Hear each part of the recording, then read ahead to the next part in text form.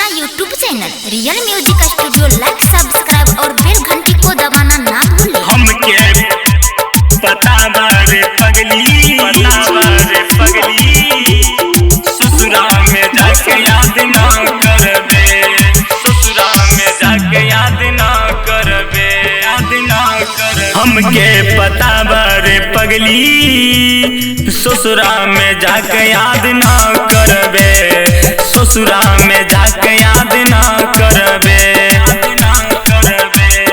हमके पता बारे पगली, ससुरा में जाके याद ना करबे, ससुरा में जाके याद ना करबे।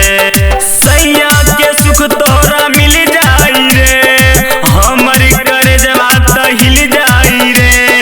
देखे ला तरसी हम तोहके, हमरा बातों पे तू ना चलबे, ससुरा में जाके याद ना करबे।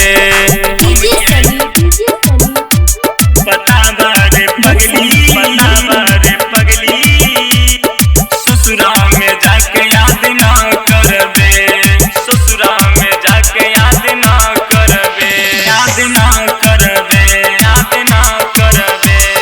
हरदम चाही सुन तोहरे के पगली, ना दिलवा से हमके पराया कर, दिलवा से हमके पराया कर। हरदम चाही सुन तोहरे के पगली, ना दिलवा से हमके पराया कर।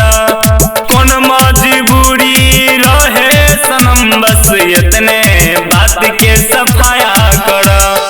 खालम जहर के दवाई, तोहरे ही चौखट पे जा मरबे, ससुरा में जाके याद ना करबे।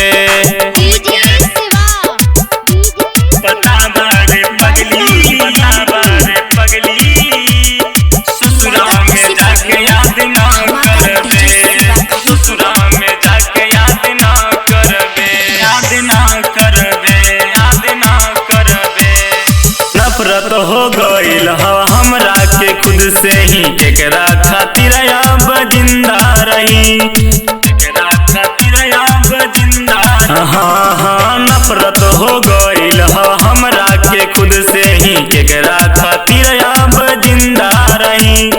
छीन लेती केकरो से तोहरा, मगर सिनरा देखी के शर्मिंदा रही।